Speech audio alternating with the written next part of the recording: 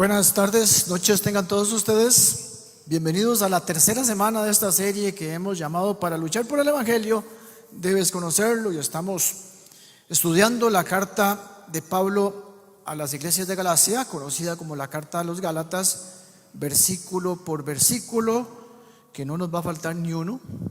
Así que gloria al Señor. Estamos exponiendo la palabra del Señor de forma continua. Hoy estamos, primeramente repasando un poquito. La primera semana hablamos del Evangelio, de su pureza. El apóstol Pablo nos enseñó, a partir de una preocupación de él, de que el Evangelio no se puede contaminar, no se puede diluir, no se le puede agregar nada, porque si se le agrega algo, ya no es Evangelio. Ese fue el primer tema. El segundo tema, hablábamos sobre cómo luce, cuáles son las características de un portador del Evangelio. Y vimos algunas características a la luz de la palabra, con el objetivo de que nosotros, como portadores del Evangelio, pues nos miremos a nosotros mismos y revisemos si en nuestra vida hay que hacer algún ajuste, y tener claridad de que cómo luce y cómo debe ser un portador del Evangelio. Y hoy vamos a ver que nosotros, como portadores del Evangelio, cómo podemos llevar el Evangelio a quienes no lo conocen de forma eficaz, de forma como la Biblia lo dice, de forma que nosotros podamos cumplir realmente lo que se nos está pidiendo, que es llevar el Evangelio a los que no lo conocen. Sí les tengo que decir que este pasaje de estos 10 versículos del capítulo 2 de Gálatas fue todo un reto para mí, poderlo ordenar en una predicación. Retador para estudiarlo, retador para interpretarlo, retador para hacer exégesis correcta y retador para predicar. Déjeme decirle que es uno de los pasajes que tal vez le he metido más coco, pero gloria al Señor, porque aquí estamos listos. Así que para facilitar la forma de poder transmitir el mensaje teológico que hay en este pasaje, yo les voy a pedir, nos concentremos mucho. Voy a hacer todo el esfuerzo posible. Espíritu Santo de Dios, que mora en mí por su misericordia, sé que me va a guiar. Pero para poder desempaquetar este mensaje, creo que lo más prudente es, conforme voy leyendo el pasaje, irlo explicando para podernos meter en el contexto, y después, cuando vamos a los puntos, poderlos, yo por lo menos puedo los transmitir a ustedes de la forma más sencilla. Así que voy a hacer algunas pausas conforme vaya leyendo, de manera tal que usted y yo vamos a poder tener de parte del Señor la palabra que Él tiene para hoy. Así que permítame orar primero para entrar en materia. Señor, hoy venimos delante de ti. Primero cantábamos, ahora alabanzas a tu nombre. Ahora nos aprestamos a escuchar tu palabra.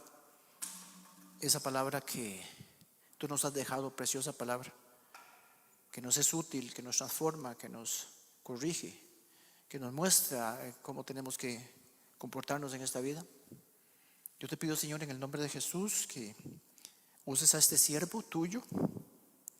Lo único que puedo hacer yo, Señor, es prestarme a que me utilices, disponer mi esfuerzo y los dones que me has dado a servicio de tu iglesia. Ayúdanos, Señor, por favor, como iglesia, a entender que esto que me has puesto en el corazón de predicar esta carta, en el enfoque que siento que me has dado, sea para la edificación de tu iglesia y para lo que has puesto desde un inicio en mi corazón, que es alcanzar esta comunidad. Ayúdanos, Señor, a concentrarnos y a entender que esto se trata de ti y no de mí ni de nadie de los que estamos acá, porque la honra y la exaltación es tuya, Señor, en el nombre de Jesús. Amén. Dice la palabra del Señor. Vamos a leer del 1 al 5 y después los otros 5 versículos. Así que leo para ustedes, aparece en su pantalla. Seguimos con la traducción, nueva traducción viviente, que es la que he escogido para la predicación de esta carta. Dice la palabra del Señor: luego, 14 años más tarde, regresé a Jerusalén, esta vez con Bernabé y con Tito, y Tito vino conmigo. Fui a Jerusalén porque Dios me reveló que debía hacerlo. Durante mi tiempo allí me reuní en privado con los que eran reconocidos como dirigentes de la iglesia y les presenté el mensaje que predico a los gentiles. Quería asegurarme de que estábamos de acuerdo porque temía que todos mis esfuerzos hubieran sido inútiles y que estaba corriendo la carrera en vano. Sin embargo, ellos me respaldaron y ni siquiera exigieron que mi compañero Tito se circuncidara a pesar de que era griego. Hago la primera pausa. ¿Qué encontramos acá? Un viaje de Pablo de donde estaba a Jerusalén. Probablemente sea el segundo viaje que Pablo hacía a Jerusalén. El primero lo vimos la semana pasada, se recuerdan que él fue 3 años después de su llamado, 3 años después de su conversión. Él fue llamado como apóstol de Jesucristo y estuvo 3 años en Arabia, y él regresa y estuvo 15 días con Pedro y con Santiago, el hermano del Señor. Entonces, vamos a ver, muchos estudiosos coinciden de que este es el segundo viaje, y ahora les doy la razón. Algunos dicen que es el tercero. Yo estoy con los que dicen que es el segundo viaje. ¿Okay? Él estuvo con Pedro y con Santiago, y entonces 14 años después regresa en su segundo viaje y tiene una reunión. ¿Cuál es el motivo del viaje? Pablo dice: es que Dios me reveló lo que debía hacer. Si fui a Jerusalén porque Dios, versículo 2, porque Dios me reveló que debía hacerlo. Entonces es movido por el Espíritu Santo para ir a Jerusalén. ¿Por qué digo que coincide con el segundo viaje? Porque en Hechos 11, Lucas describe que una persona que se llamaba, ya se me olvidó, ahorita me acuerdo, Agabo, había, por medio del Espíritu Santo, recibido una visión de que iba a venir una gran hambruna en todo el imperio romano. Entonces, vemos en el capítulo 11 que eso motiva a que las iglesias que estaban en Antioquía decidieran hacer una recolecta y llevar dinero, llevar ofrenda a las iglesias pobres de Jerusalén. Y los encargados de llevar esa ofrenda eran Tito, Pablo y Bernabé. Entonces el motivo del viaje de ellos es llevar esa ofrenda. Por eso Pablo dice que es movido por el Señor, porque ellos se mueven de que lleven esa ofrenda a Jerusalén, y ellos en ese tiempo aprovechan y hacen una reunión que está narrada en estos 10 versículos. Otro detalle: Pablo no va solo, se es acompañado con Bernabé, un judío, y con Tito, un griego no circuncidado. Recuerden que estamos tratando el tema de la circuncisión. Él no fue circuncidado. Entonces, Pablo no va solo, y no es un detalle menor el que se haya acompañado con Tito y con Bernabé. Bernabé, una persona muy respetada en las iglesias de Jerusalén. Él era de allá, era judío. Hechos 4 y Hechos 11 narra el respeto que se le tenía a Bernabé. Bernabé era una persona importante para Pablo, porque recuerden que fue la persona que le abrió la puerta hacia los líderes de la iglesia en Jerusalén, porque recuerden que Pablo, lo que se sabía de Pablo es que era un perseguidor y un asesino, y perseguidor de la iglesia del Señor. Él es convertido y regresa, y el que le abre la puerta y le da la confianza de poder entrar en medio de la iglesia de Jerusalén fue Bernabé. Entonces Bernabé se convierte en una persona importante para él. Además de eso, es la persona que decide acompañar a Pablo en su primer viaje misionero. Entonces Bernabé fue uno de los que predicó a los gentiles en una primera vez, y eso es importante, que el Señor le haya puesto el ministerio hacia los gentiles a Bernabé, y ahora vamos a ver también por qué. Entonces el hecho de que Pablo se hiciera acompañar con Bernabé era clave para él. Si alguien tenía que avalar el ministerio de Pablo, lo que estaba haciendo Pablo a los gentiles, era Bernabé, un judío más. Era como manera de un respaldo por su prestigio al ministerio de Pablo. El otro que iba con Pablo era Tito. Tito era una persona importante en la iglesia allá en Antioquía, y Tito era gentil, era un gentil no judío. Él era un griego, no judío, no se había circuncidado, pero ya había abrazado el evangelio, ya tenía salvación por medio de la fe en Jesucristo. Y era clave, ¿por qué? Porque Pablo lo que iba a ir a explicar lo que él estaba haciendo en las iglesias gentiles.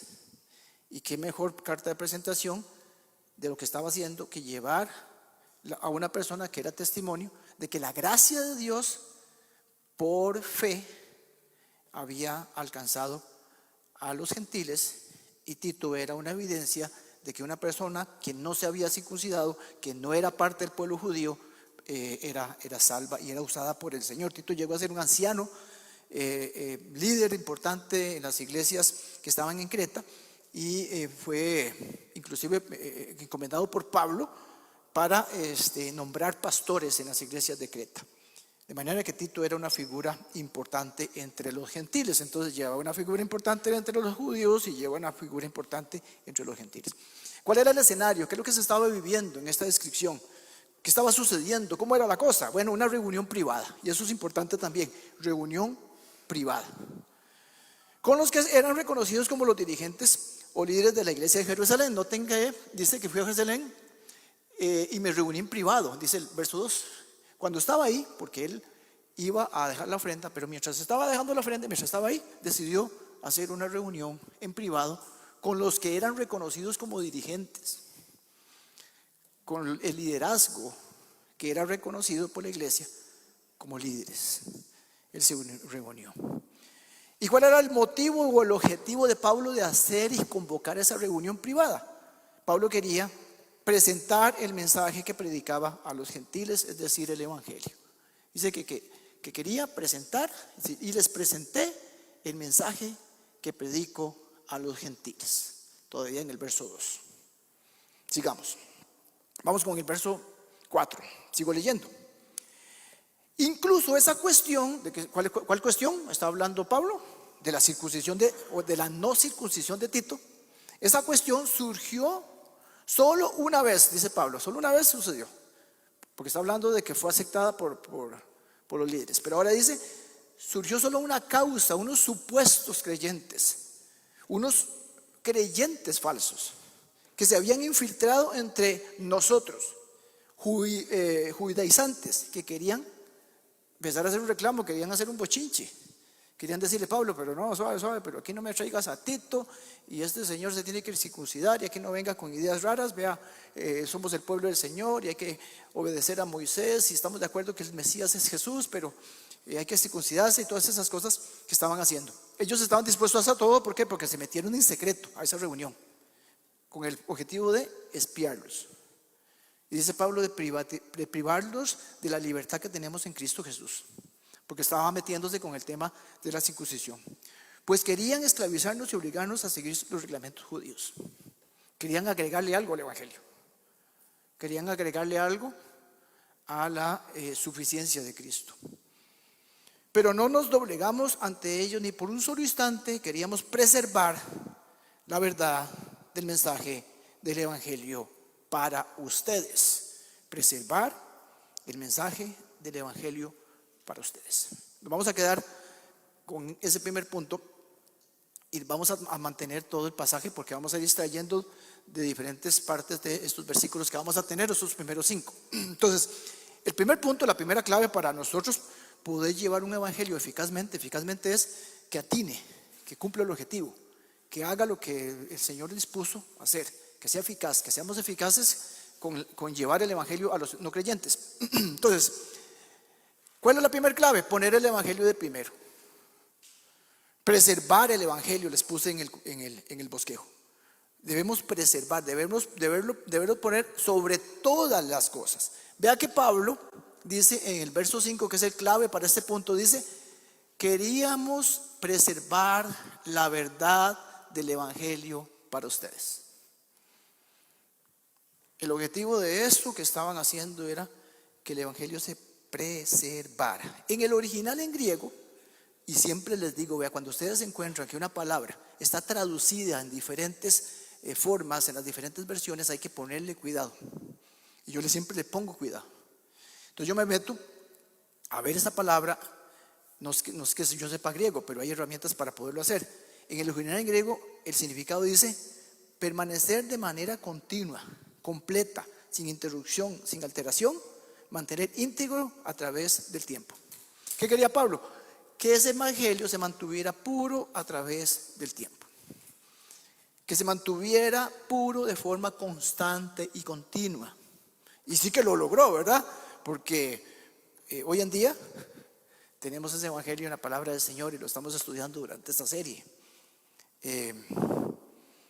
Yo creo que Pablo, el objetivo número 1 era conservar, mantener en el tiempo la pureza del evangelio, protegerlo, defender esa necesidad de que él se mantenga puro, limpio y no corrompido.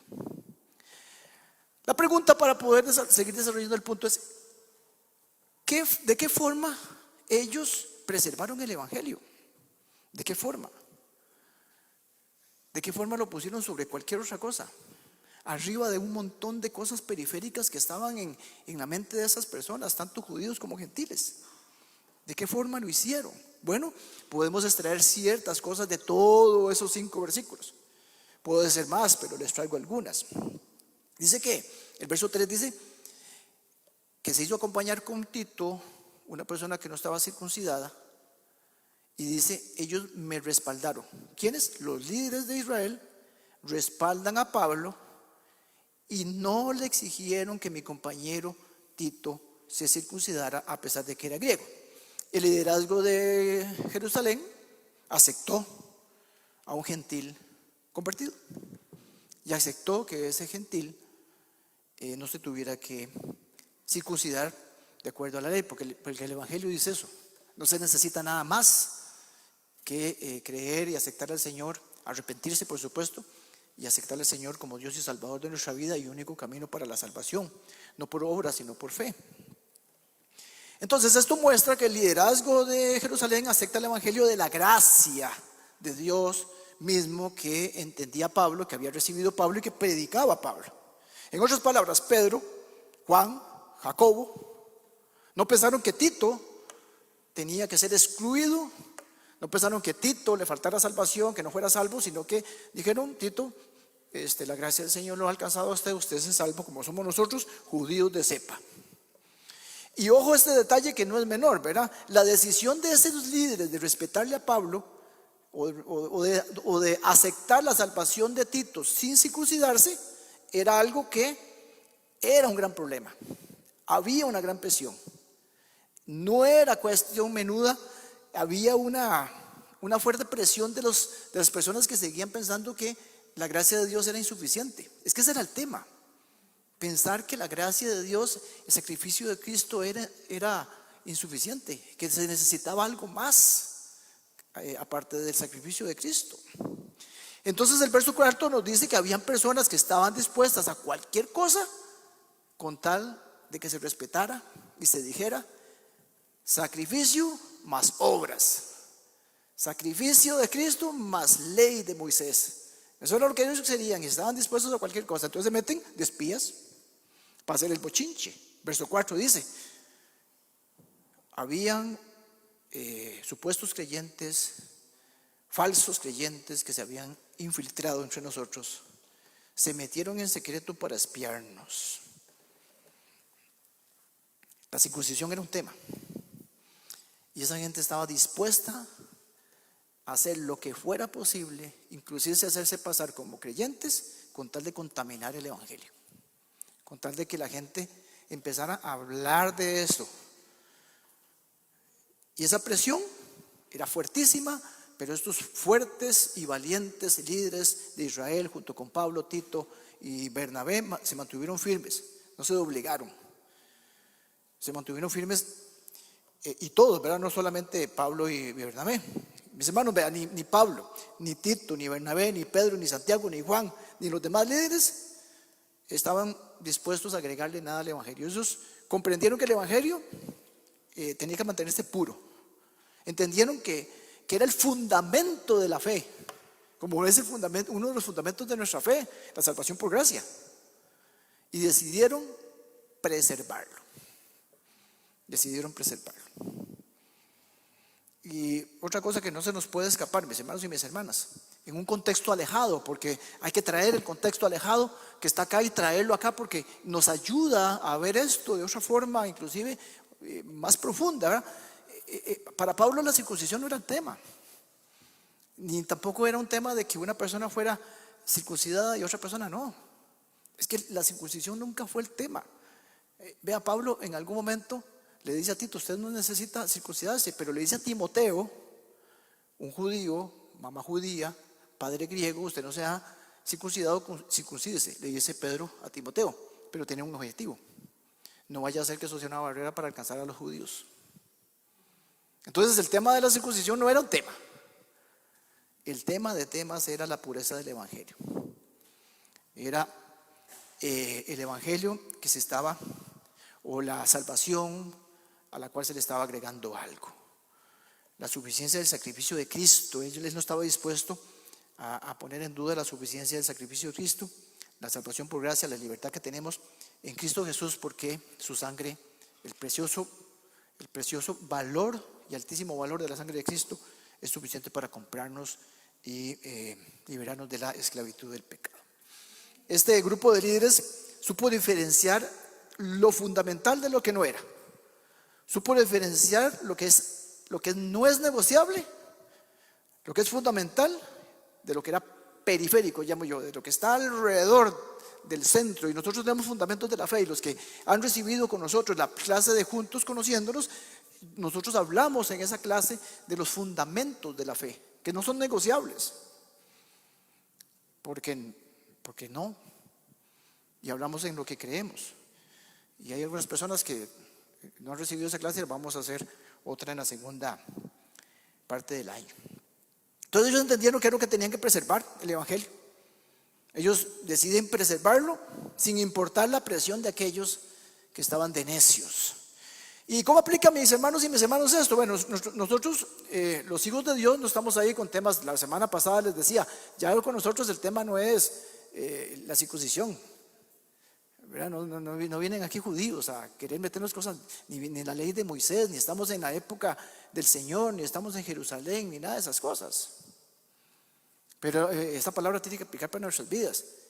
Y ahora Katy nos decía, Señor, que esto sea un proceso de preparación para lo que viene. Y ya dijo algo interesante, lo que viene, y que es la palabra del Señor y que la tenemos que aplicar.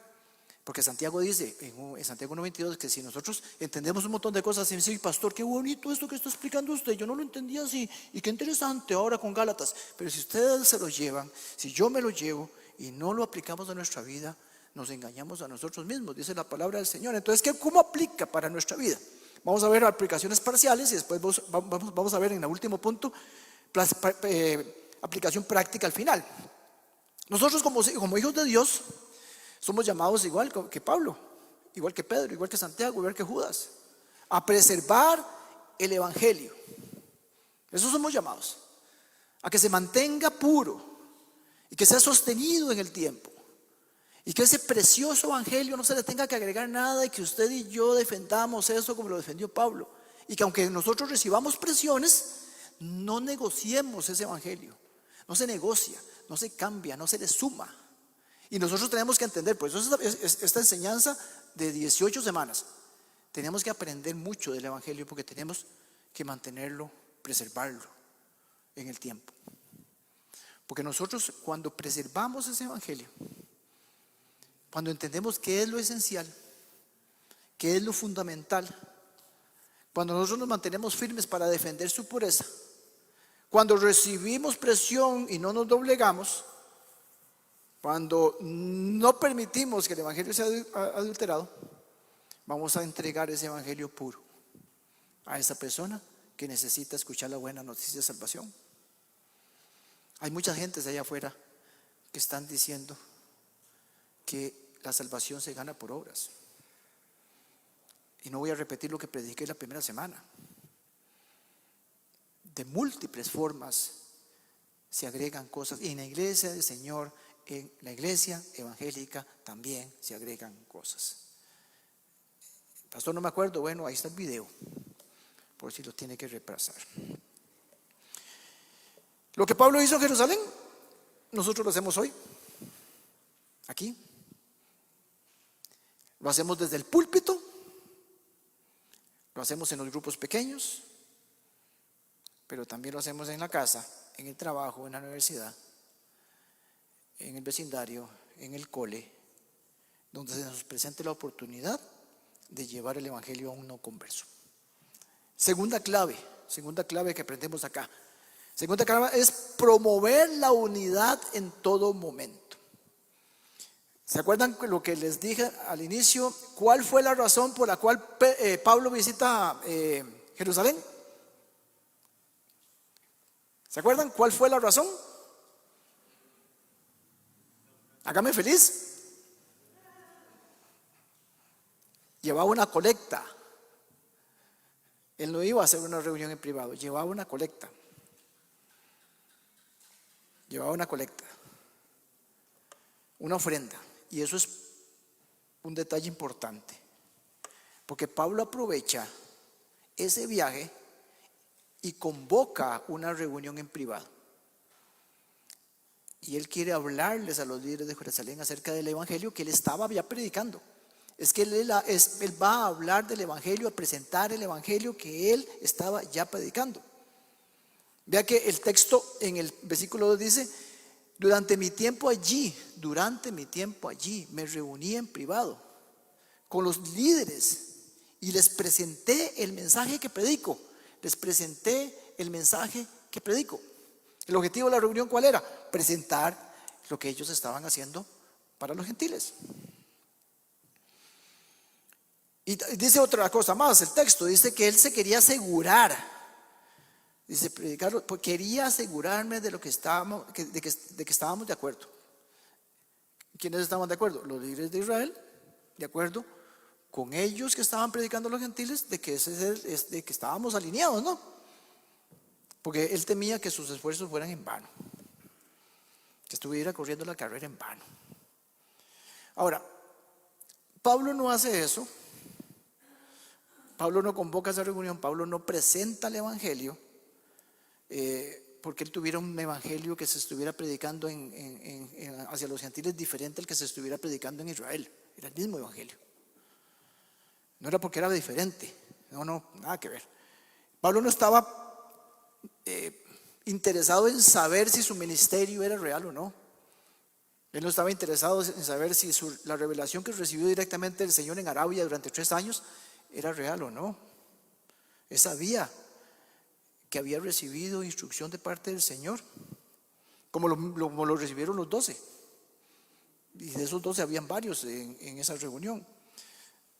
Pablo sabía que el evangelio que él había recibido y estaba predicando era real.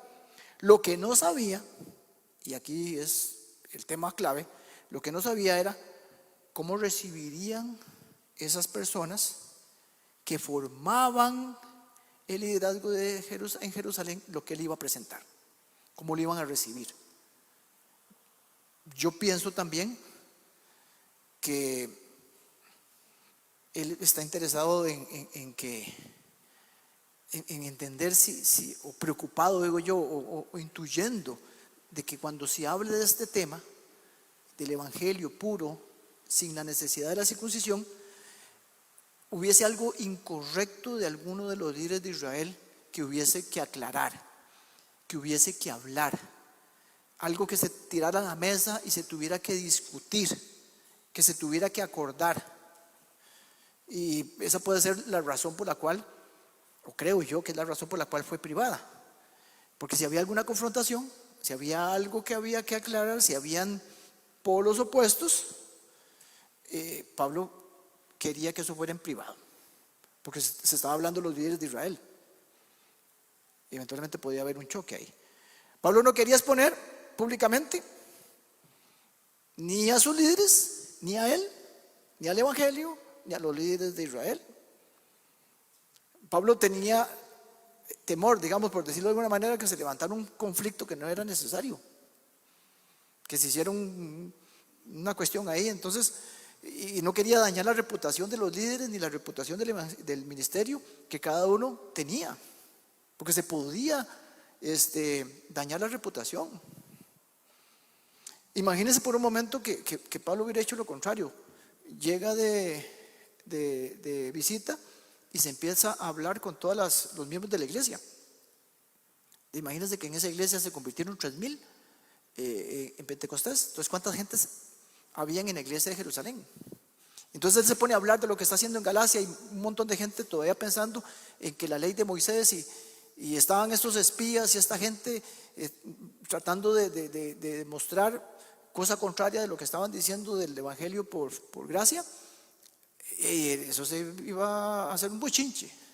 Es más, los falsos hermanos, eso era lo que querían, que se discutiera, que la gente no estuviera de acuerdo, que hubieran varias corrientes. Entonces Pablo no quería que se diera una discusión y que esa discusión luego se convirtiera en división. Él quería evitar eso. O dicho de otra manera, Pablo está promoviendo la unidad y la comunicación, como dice el punto. ¿Y por qué en todo momento? Porque llegó por otra cosa, pero aprovechó el momento. Pablo está tratando de evitar una división en un sentido como la que hubo en la iglesia de Corinto. ¿Se acuerda que esa gente dice, yo soy de Pablo y yo soy de Apolos? Pero ahora podrían decir, es que yo soy de Pablo y yo soy de Pedro y yo soy de Santiago. No, es que yo creo el evangelio de Pedro y yo el de Pablo. Y se daba una división. Pablo lo que quería era una unidad alrededor del evangelio, alrededor de la verdad. Y vuelvo a decir, y lo lograron. Y digo lo lograron porque estaban los líderes de Israel también. Lo lograron. Porque ellos se mantuvieron unidos. Decidieron preservar el evangelio. Estuvieron dispuestos a agarrar la circuncisión y sacarla del llavero. Sacarla del círculo, porque lo que estaba en el centro era Cristo Jesús, el evangelio que Él nos trae. El resultado de esa reunión, donde llegan a acuerdos, llegan a consensos, una reunión donde se ve la unidad del pueblo del Señor, envía un mensaje tremendo a la iglesia en Jerusalén, pero fuertísimo, digo yo, buenísimo mensaje. Y a los falsos maestros mejor todavía. Un mensaje claro, un mensaje fuerte, un mensaje que decía, vean, iglesia de Jerusalén, vea, aquí no hay dos pueblos, aquí solamente hay uno, el pueblo del Señor. Aquí no hay dos iglesias, aquí no hay dos grupos de apóstoles, aquí no hay dos dioses, aquí no hay dos evangelios, aquí hay unidad. Ese fue el resultado de esta reunión. Uno de los comentarios que estoy tomando como base para este estudio en Gálatas es el de Hendrik, y es un comentarista bien detallado. Tengo un comentario así, solo para Gálatas, y él dice, lo resumo, le quiero dar el crédito, pero lo resumo porque es un texto largo, entonces lo resumo en la siguiente frase.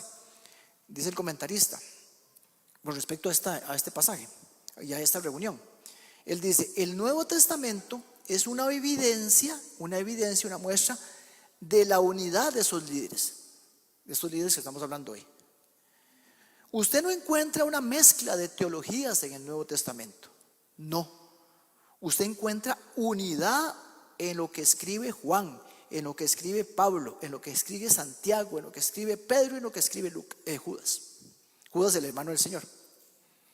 Estos hombres que están descritos en este pasaje son responsables, véalo bien, qué interesante cómo lo enfoca, son responsables de 21 de los 27 libros del Nuevo Testamento. Un Nuevo Testamento, un mismo mensaje, un mismo evangelio, un mismo Dios, un mismo Salvador, un mismo pueblo, unidad. Ese fue el resultado final. ¿Cómo aplica para nuestras vidas? Mis hermanos y mis hermanas, muchas veces caemos, los líderes, los miembros de la iglesia caemos en preferir no hablar temas complejos. Preferimos no conversar los temas, no buscar a las personas para explicar, para comunicarnos. No promovemos una buena comunicación que permitamos por medio de esas conversaciones el entendimiento, evitar murmuraciones, evitar comentarios, evitar malos entendidos e incluso chismes. Ahora nos hemos propuesto como grupo pastoral hacer una comunicación todos los sábados. Y eso precisamente responde a esto, para que no haya murmuraciones, para que estemos claros que vamos para Tres Ríos, para que sepamos claramente en qué estamos. Vean, mis hermanos, vean, si algo Satanás ha sabido hacer y eficazmente es dividir al pueblo de Dios. Por años ha dividido al pueblo de Dios. Y claro, él se sabe el refrán: divide y vencerás. Es la forma que tiene para ganar. Satanás es un maestro de la división y usa su famosa estrategia que varias veces he predicado con respecto a la estrategia del enemigo: el engaño. Y nos engaña y nos mete cuestiones en la cabeza para llegar a desacuerdos, para no aclarar temas. Y nosotros, vea, ay Señor, nosotros, personas pecaminosas, personas caídas, con múltiples deseos, movidos por los deseos de nuestra carne, egocéntricos, personas emocionales. Vea, no necesitamos mucho para caer en la división. Facilito caemos en el engaño de Satanás y entramos en discusiones que después caen o resultan en divisiones. Una iglesia dividida, mis hermanos y mis hermanas, no es capaz de llevar un evangelio eficaz. Ese es el tema. Y no hablo de una iglesia dividida como Juntos, Comunidad Cristiana, como iglesia local, o la iglesia, por ejemplo, de mi hermana que nos visita desde Guapiles. No hablo de la iglesia local allá en Suerri. Hablo de la iglesia, bueno, se habla de la iglesia local y se habla de la iglesia universal y de la iglesia de acá, de Concepción y alrededor, de la Unión, por ejemplo. En la fraternidad de pastores llegamos 14 iglesias la semana pasada, Helen, 11 iglesias. Y por lo menos el censo que habíamos hecho cuando yo fui presidente de la fraternidad éramos 51. Intentamos invitar a varios y demás. Yo les decía a los pastores de la fraternidad: si no nos unimos todos, no podemos alcanzar a este pueblo, a esta comunidad, cada quien en su punto. Si no estamos unidos, no podemos lograr el objetivo y no podemos llevar el evangelio de forma eficaz. Seguimos leyendo. Esta segunda parte es más cortita. Sigamos leyendo versos 6 al 10. Aparece en su pantalla nuevamente, aparece limpio. Después vamos con los puntos, porque vamos a extraer los siguientes puntos de todo eso. Les prometo que estos 3 puntos son más rápidos. Los líderes de la iglesia no tenían nada que agregar a lo que yo predicaba. Dicho sea de paso, su fama de grandes líderes a mí no me afectó para nada. Frase clave: porque Dios no tiene favoritos. Al contrario, ellos comprendieron que Dios me había dado la responsabilidad de predicar el evangelio a los gentiles, tal como le había dado a Pedro la responsabilidad de predicar a los judíos. Pues es el mismo Dios que actúa por medio de Pedro, apóstol para los judíos, también actúa por medio de mí, apóstol a los gentiles. De hecho, Santiago, Pedro y Juan, quienes eran considerados pilares de la iglesia, líderes de líderes, reconocieron el don que Dios me había dado. Nos aceptaron a Bernabé y a mí como sus colegas. Nos animaron a seguir predicando a los gentiles mientras ellos continuaban su tarea con los judíos. La única sugerencia que hicieron fue que siguiéramos ayudando a los pobres, algo que yo siempre tengo deseos de hacer. Punto 3. Para llevar un evangelio eficazmente, usted y yo tenemos que reconocer que Dios da gracia para todos. Parejito el Señor nos da gracia. Palabras claves que están en los versículos 6, 7 y 8, creo que los marqué, ¿sí? Vea, reconocer que Dios da gracia para todos es reconocer que mi hermano y mi hermana han recibido gracia, pero también creer que yo la recibí. ¿Verdad? Porque muchas veces no lo entendemos, y muchísimo menos en el contexto que estamos diciendo que llevar el Evangelio. ¿Dios no tiene favoritos? O sea, usted no es favorito, ni yo soy favorito del Señor. Dios me había dado, Pablo dice, Dios me había dado y había dado a Pedro. A mí me dio y a usted le dio. Le dio a Pablo y le dio a Pedro. Ese mismo Dios actúa por medio de Pedro y actúa por medio de mí. Ese Dios actúa por medio de ustedes, cada uno de ustedes, y actúa por medio de mí y por medio de Andrés, que está ahí en una pantalla. ¿Y qué más dice? Y no, eso es reconocer que Dios da gracia a todos y actúa y hace la obra en nosotros, en todos. Vea, el mismo Dios que decidió hacer la obra en el apostolado de Pablo para alcanzar a los gentiles, fue el mismo Dios que hizo la obra y decidió hacer la obra en el apostolado de Pedro para los judíos. Eso es lo que dice. Es muy explícito lo que está diciendo.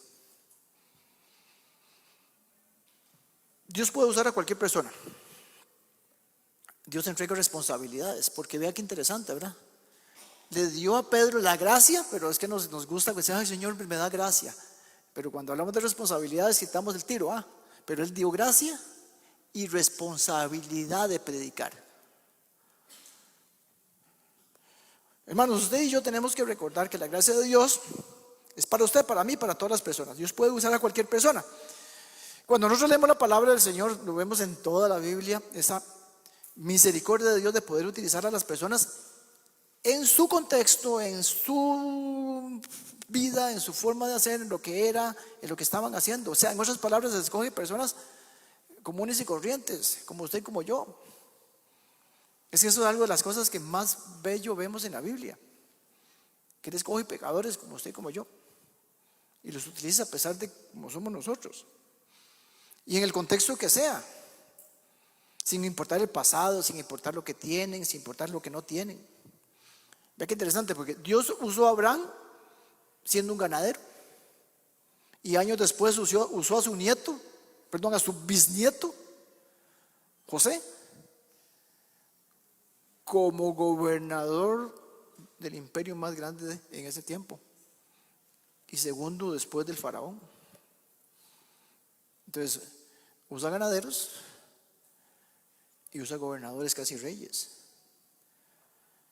A Moisés lo usó siendo un pastor y lo usó como libertador y como legislador. Fue como diputado porque tiró las leyes para el pueblo de Israel. Usó a Samuel, un niño dedicado por su mamá, lo usó como profeta. A David, siendo pastor, lo usó, y siendo rey lo usó. Así que, vea, Dios lo puede usar a usted siendo jefe, siendo oficinista, siendo chofer, si trabaja en la caja, como ama de casa, si es pensionado, como bodeguero, trabajando en la MUNI o en la caja, o con su negocio, o gerente de ventas, ingeniero, pensionado, en el INAMU, en una transnacional, sea que trabaje desde la casa, como jefe de mantenimiento.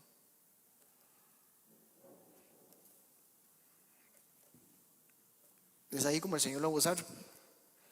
O sea, no está esperando que el Señor le transforme en algo. El Señor está esperando que usted sea útil para sus propósitos y que lleve el Evangelio y que tenga la responsabilidad y acepte la responsabilidad, porque te ha dado gracia en el contexto donde estés.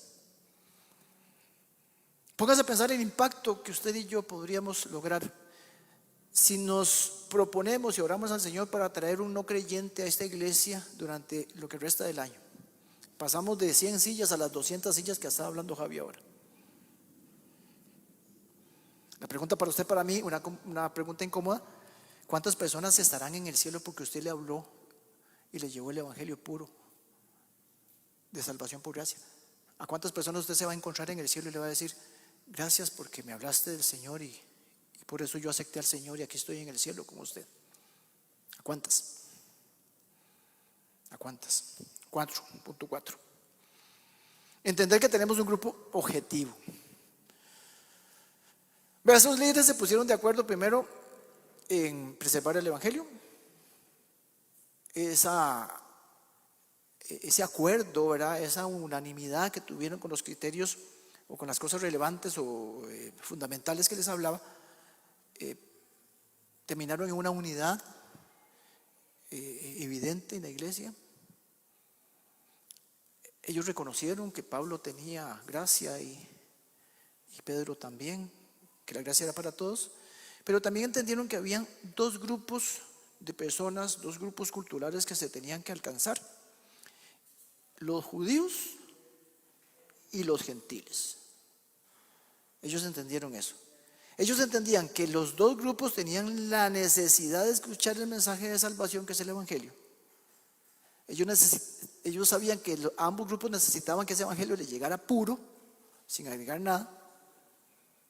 Y esos dos grupos de personas necesitaban, después de aceptar a Cristo, ser discipulados, ser entrenados, ser capacitados para que multiplicaran y cumplieran el propósito de Dios para sus vidas. Esos dos grupos formaban un solo pueblo, pero eran dos grupos totalmente diferentes, con contextos diferentes, con culturas diferentes, con costumbres diferentes, con pasados diferentes, absolutamente diferentes esos dos grupos. Pero el Señor en su sabiduría dice: Pablo, ¿sabes qué?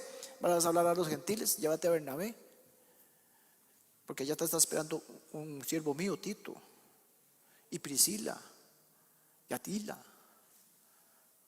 y Tito, y todos esos hombres de la fe y mujeres de fe que fueron convertidos y expandieron el evangelio por todo el imperio romano. Pero ¿sabes qué, Pedro? Yo te necesito acá, porque yo te he llamado a que lleves el evangelio a mi pueblo. Acordate lo que te dije. Yo vine por las ovejas perdidas del pueblo de Israel, y yo te voy a poner para que vayas y sigas junto con mi hermano Judas, con mi hermano Santiago, con Juan, porque yo necesito que te pongas detrás de esas ovejas que están perdidas de mi pueblo. Hay una evidencia clarísima. Nosotros tenemos 4 evangelios. Mateo fue escrito para el pueblo judío. Lucas y Marcos, principalmente Marcos, escrito para el pueblo de Israel. Perdón, para el pueblo gentil. Juan, para los cristianos de Asia Menor. Por eso tenemos 4 evangelios, con destinatarios diferentes. Vean, mis hermanos, el Señor nos ha puesto aquí. Este es el grupo que el Señor nos ha mandado a alcanzar, Concepción y alrededores. Y mi hermana Rose, que nos visita, hay un grupo allá en Suerre de Guaples que tienen que alcanzar. Y Felo tiene que alcanzar a la gente de Tres Ríos. Y mi consiervo Edwin,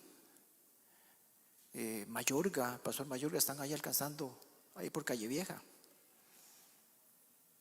Y José Matamoros está allá en Santiago del Monte. César está alcanzando aquí en Dulce Nombre. Y hay gente que está alcanzando en Indonesia. Y personas están alcanzando en Estados Unidos. Y en Turrialba y en Atenas. Es el grupo que se le ha dado. Esto nosotros tenemos que entenderlo. Y vamos más fino. Las personas que están alcanzando la iglesia que nos alquila este templo es un grupo diferente al grupo que estamos nosotros alcanzando. Que es en la misma comunidad, sí, pero diferentes, porque el estilo de iglesia es diferente. Y nosotros tenemos un estilo de iglesia que atrae a otro tipo de cristianos. Me cuenta Joa, y no te pedí permiso para contar esto, Joa, pero me decía Joa, es que yo siempre he sido de vida abundante y ando buscando una iglesia porque me queda largo. Entonces decidí venir acá. Y dice, ay pastor, cuando yo me di cuenta que ustedes venían de vida abundante, dije, ay Señor, respuesta. Porque ella andaba buscando un estilo de iglesia como la que nosotros nacimos en vida abundante. Y tenemos esos matices. 5. Debemos reflejar el carácter de Cristo. El texto no nos dice nada. Por eso le puse 5 cosas que yo por lo menos encuentro. Porque el texto no dice en específico, yo no puedo agarrar un versículo y decir que esto dice reflejar el carácter de Cristo. Pero si vemos el texto como un todo, nos damos cuenta por una evidencia clara. Vea, no hay manera de que ellos se hayan puesto de acuerdo. No había manera de que ellos llegaran a ese consenso. No había manera de reconciliar esos pensamientos. No había manera de que esa unidad provocara lo que habíamos hablado de la unidad en el Nuevo Testamento. No había manera si ellos no hubieran dejado sus intereses, sus pensamientos, sus orgullos, sus actitudes, sus intereses personales y ser representantes dignos del carácter de Cristo. Eso es lo que yo creo. Estoy seguro de eso. Porque ellos mostraron en las actitudes que podemos encontrar en el contexto de este pasaje el carácter de Cristo. Pero lo primero es dejar de lado sus actitudes e intereses personales. Había mucha cosa ahí. No puedo entrar en detalle, pero había mucha cosa entre judíos y gentiles. Era un tema cómo esos judíos veían a Tito. Un tema. Y se logró. Dejaron. Jesús estuvo dispuesto a dejar cosas. Se dejó su reino. Humildad. Dispuestos a escuchar a Pablo. Dispuestos a escuchar posiblemente habló Bernabé. Levantó la mano Tito. Dispuestos a escuchar. Respaldaron a Pablo en la decisión que le había tomado con Tito. Pablo, es correcto, Tito no se tiene que circuncidar.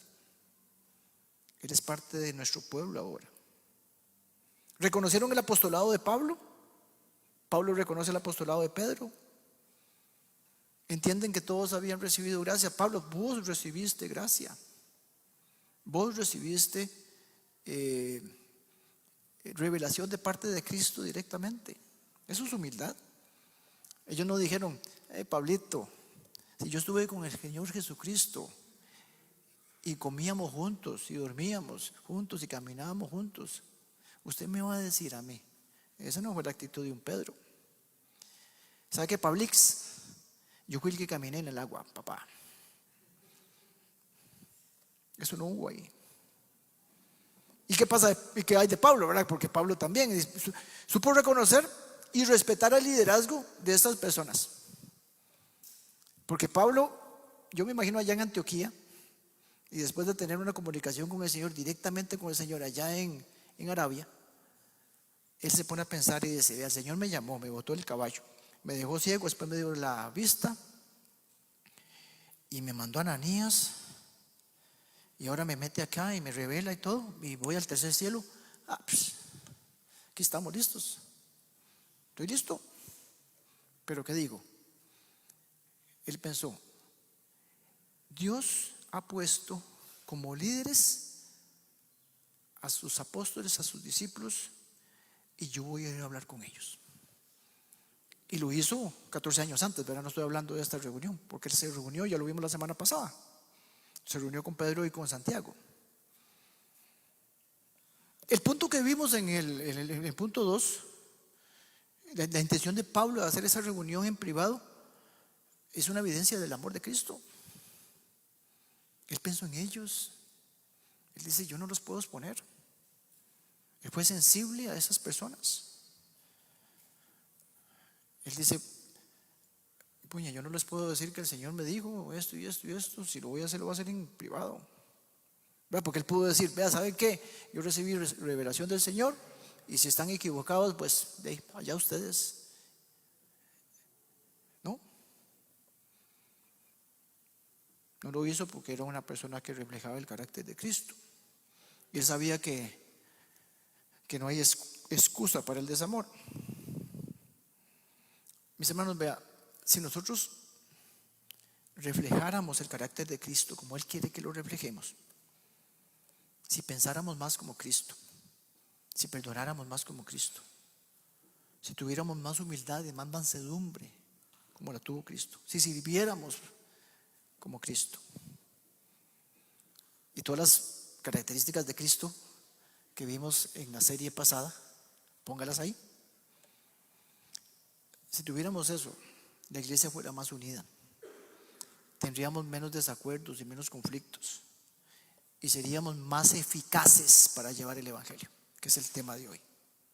Alcanzaríamos más personas, ayudaríamos a más personas, edificaríamos a más personas, seríamos una luz más intensa, una luz más visible y una sal más útil, de esa que no se pisotea, como dice la palabra del Señor. Termino con una lámina donde hay algunas aplicaciones prácticas. Aplica para la Iglesia del Señor Juntos Comunidad Cristiana, esa que el Señor me ha dado el privilegio de pastorear. Es de Él, le pertenecemos a Él. Pero también aplica para las iglesias del cantón, aplica para las iglesias de Costa Rica, del mundo. Aplicación práctica, 4 cosas. Si quieren sacarle una fotografía, porque no voy a poner los versículos, es una aplicación, y la base bíblica de esas aplicaciones están en el contexto del pasaje, pero se reafirman con esos 4 versículos que les estoy poniendo. Así que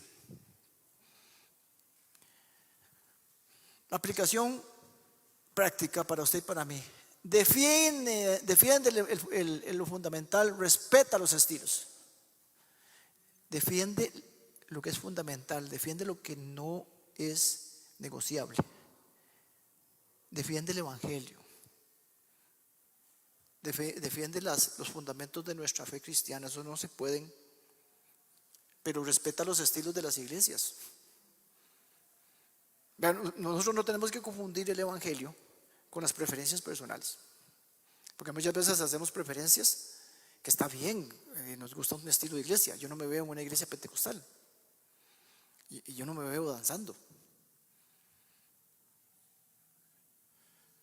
Hay iglesias bautistas, metodistas, pentecostales, y cada una de ellas puede tener estilos diferentes.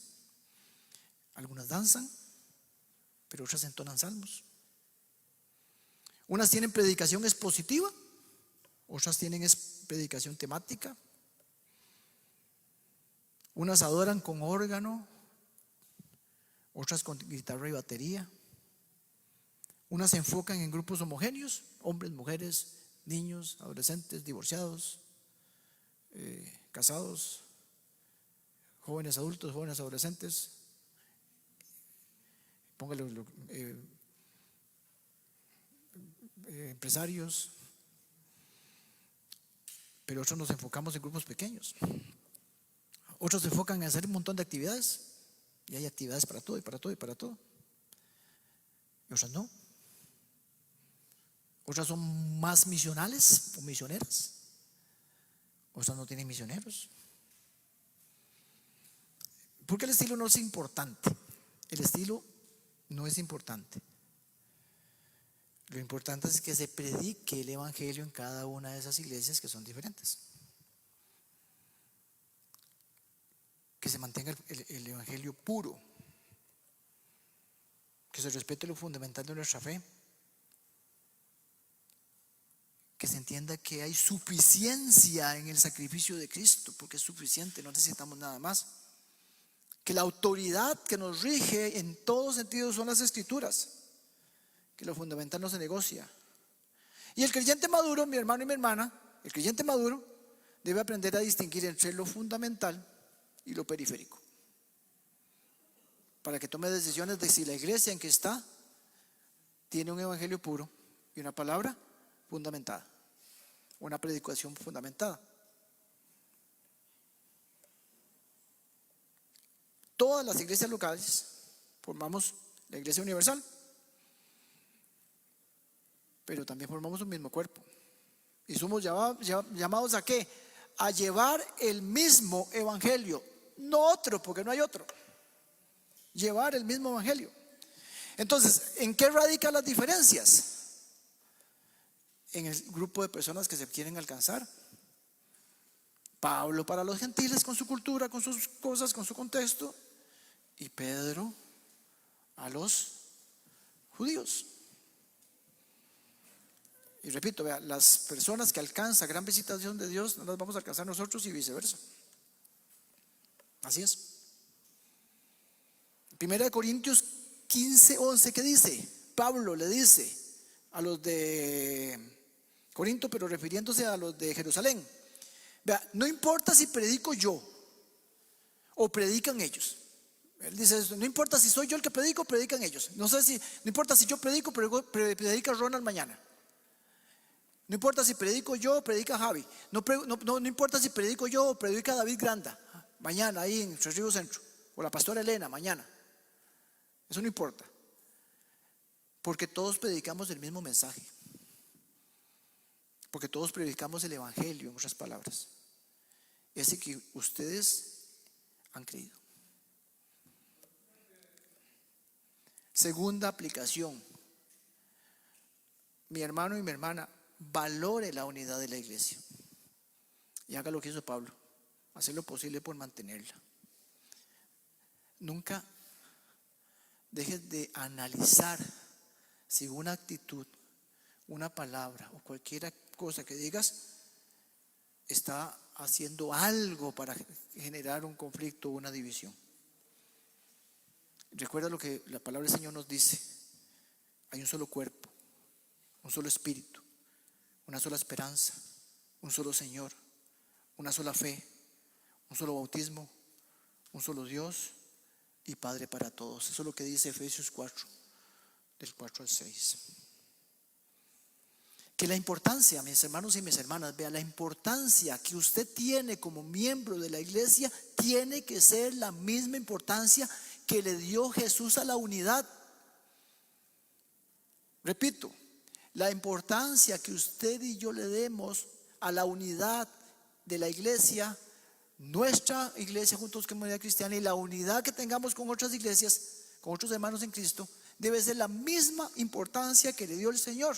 ¿Y cuál fue esa? Cuando Él estaba en el aposento alto, en la última cena, o lo que conocemos como la última cena, unas horas antes de ser apresado, Él oró en su momento más difícil, en su momento más complicado, en medio de su dolor. Poco después de esa oración, Él va a Getsemaní y Él ora: Padre, te pido que ellos sean uno, como tú y yo somos uno. De tarea fundamental para esta semana: ore por la unidad de esta iglesia, por la unidad de nosotros como cuerpo pastoral, por la unidad de nosotros junto con los líderes, por la unidad de nosotros, y para que nosotros vivamos el eslogan que tenemos: luchando juntos por la fe del evangelio. Y honremos este nombre, que todos los pastores me dicen: que nombre más raro, pastor. Es que es Filipenses 1:27, porque ese nombre tiene un significado bíblico. En esta iglesia hemos intentado no hacer absolutamente nada si no tiene una base bíblica. Nunca traigas una mala reputación del evangelio. Defiende la reputación del evangelio, de la iglesia, de tus hermanos, de tus pastores, de tu liderazgo. Defiéndelo. Defiende la reputación, no hagas nada para mancharla. Sea como aquel grupo de personas que pusieron primero el evangelio. Sea como aquel grupo de personas que hicieron reflejar a Cristo. Personas que con humildad se pusieron de acuerdo, que escucharon, que pusieron al lado sus intereses, que a pesar de sus puntos de vista llegaron a acuerdos. No des cabida a nada que tenga que ver con manchar la reputación. Mis hermanos, cero chismes. Ve, un chisme es básicamente hablar de una persona que no está presente. Ay, que fulanita me dijo, ay, que la otra me dijo. No viste. Deje de chismear, porque la palabra del Señor dice que no podemos, que chismear es un pecado grande y crea división. No caigas en envidia, en legalismos, en orgullos, en preferencias personales. Porque tus hermanos en Cristo te ven y los no creyentes también. Y nosotros tenemos que ser, como la semana pasada vimos, dignos portadores del Evangelio. Filipenses 1:27, aparte de lo que dice nuestro eslogan, luchando juntos por la fe del Evangelio, también dice algo en la parte inicial de ese versículo. Dice Pablo: compórtense de una manera digna del Evangelio de Cristo. Usted y yo tenemos que comportarnos de una manera digna del Evangelio de Cristo. Mi hermano y mi hermana, vea, con mucho amor, entienda su rol. Usted es un portador del Evangelio, lo vimos la semana pasada. Vivimos ciertas características. Esas características usted tiene que analizarlas. Yo las tengo que analizar para ver si yo luzco como el sermón de la semana pasada. Ay, pastor, ya se me olvidó. Bueno, póngalo en YouTube, ahí está. Ay, es que no lo he visto. Mi hermano, saque tiempo, porque es la palabra del Señor la que se expone desde este púlpito. No es Giovanito con sus limitaciones quien predica. Simplemente soy una vasija de barro llena de defectos y de grietas que el Señor se ha placido para enseñar a su iglesia. Entiende tu rol, ejerce tu rol. Dios te hizo embajador, embajadora, te dio gracia. Está haciendo y seguirá haciendo la obra en usted.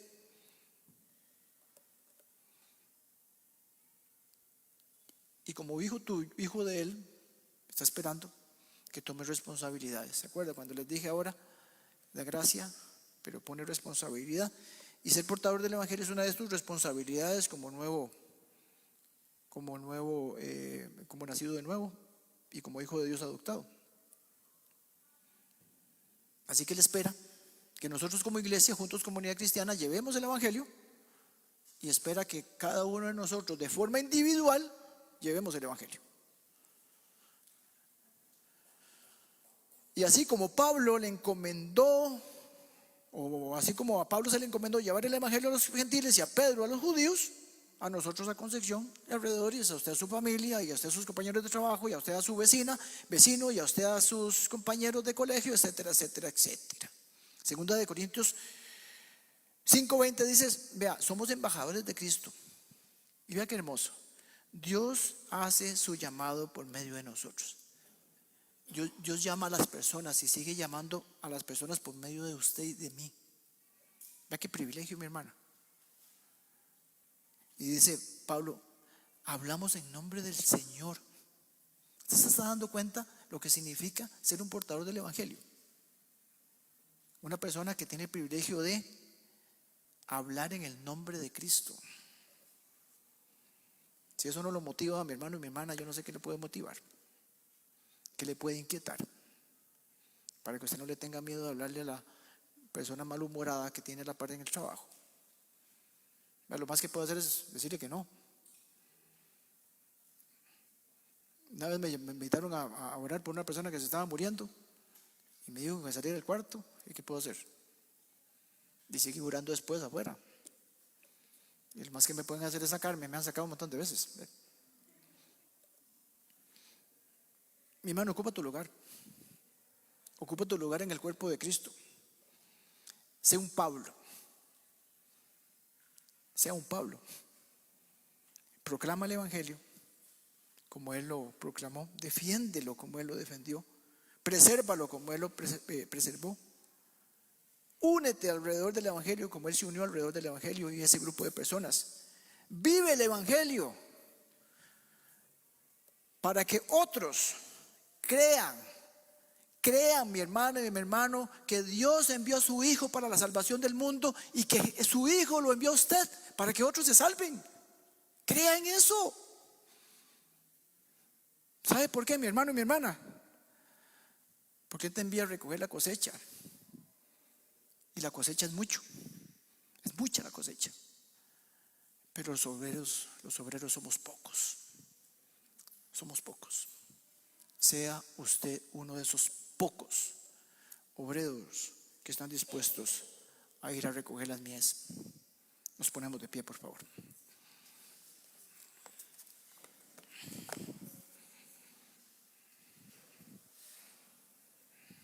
Oramos al Señor, mis hermanos. Señor, te damos gracias, Dios, por todo lo bueno que eres, por tu amor, por tu misericordia. Hoy venimos un grupo de tus hijos a ser expuestos a tu palabra.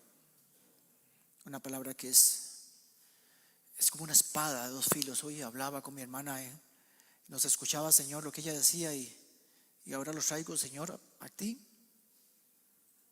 Esa espada de doble filo que tiene que cortar, que tiene que penetrar en lo más profundo de nosotros. Gracias, Señor, porque si es espada, y si tu palabra dice que ella es espada, tiene que cortar, tiene que penetrar. Y Señor, por favor, hasta lo más profundo de nuestro ser, Señor, que tu palabra llegue a calar en nuestros corazones. Yo te pido, Señor, en el nombre de Jesús, una bendición especial para cada uno de los miembros de esta iglesia, para sus familias, sus generaciones. Para que por favor, Señor, nos pongas y nos aumentes la fe.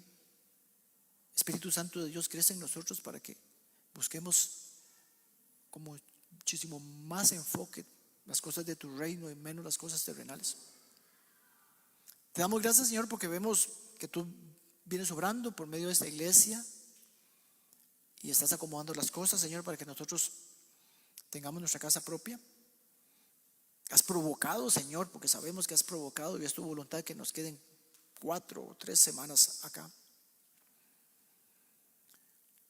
Y has provocado que podamos estar en otra iglesia, Señor, que nos abre las puertas, y también estás provocando de que las cosas se estén dando para que nosotros construyamos muy cerquita de aquí donde has puesto el cántaro, Señor, que me diste como señal. Gracias, Señor, porque has sido fiel a pesar de mí. A pesar de cada uno de nosotros has sido fiel. Porque tú no cambias. Nosotros sí, pero tú no cambias. Danos valentía. Ayuda, Señor, a darnos discernimiento para poder entender cuando tu precioso evangelio sea adulterado. Ayúdanos, Señor, a evitar ese pecado de agregarle algo a tu sacrificio, la suficiencia que hay en tu nombre. Yo te pido, Señor, en el nombre de Jesús, por esta comunidad, por todas esas personas que no te conocen, y úsanos, Señor, como usaste a Pedro para los judíos y a Pablo para los gentiles. Usa a tu iglesia para impactar esta comunidad. Eso hemos sido llamados, eso queremos hacer, en eso creemos. Te pido, Señor, en el nombre de Jesús, que tú nos guardes, nos des descanso. Este fin de semana sea de bendición para todos los papitos, para todas las familias, y que iniciemos una semana primeramente glorificando el nombre que sobre todo nombre, el nombre de Jesucristo, nuestro Salvador. Que no se nos olvide. Y, Señor, como iglesia te oramos, que tú nos sigas guiando, nos sigas instruyendo, nos sigas corrigiendo, nos sigas llevando. Seguimos tus pasos, Señor, que es lo que nos has mandado hacer. Te oramos y te pedimos esto en el poderoso nombre de nuestro Señor Jesucristo, nuestro Rey. Amén, amén, amén, amén. Nos vemos el miércoles presencial en la casa de Javi Luca. Miércoles, oración presencial. Dios me los bendiga. Gracias por su paciencia, gracias por su tiempo. Y nos vemos el miércoles y la próxima semana.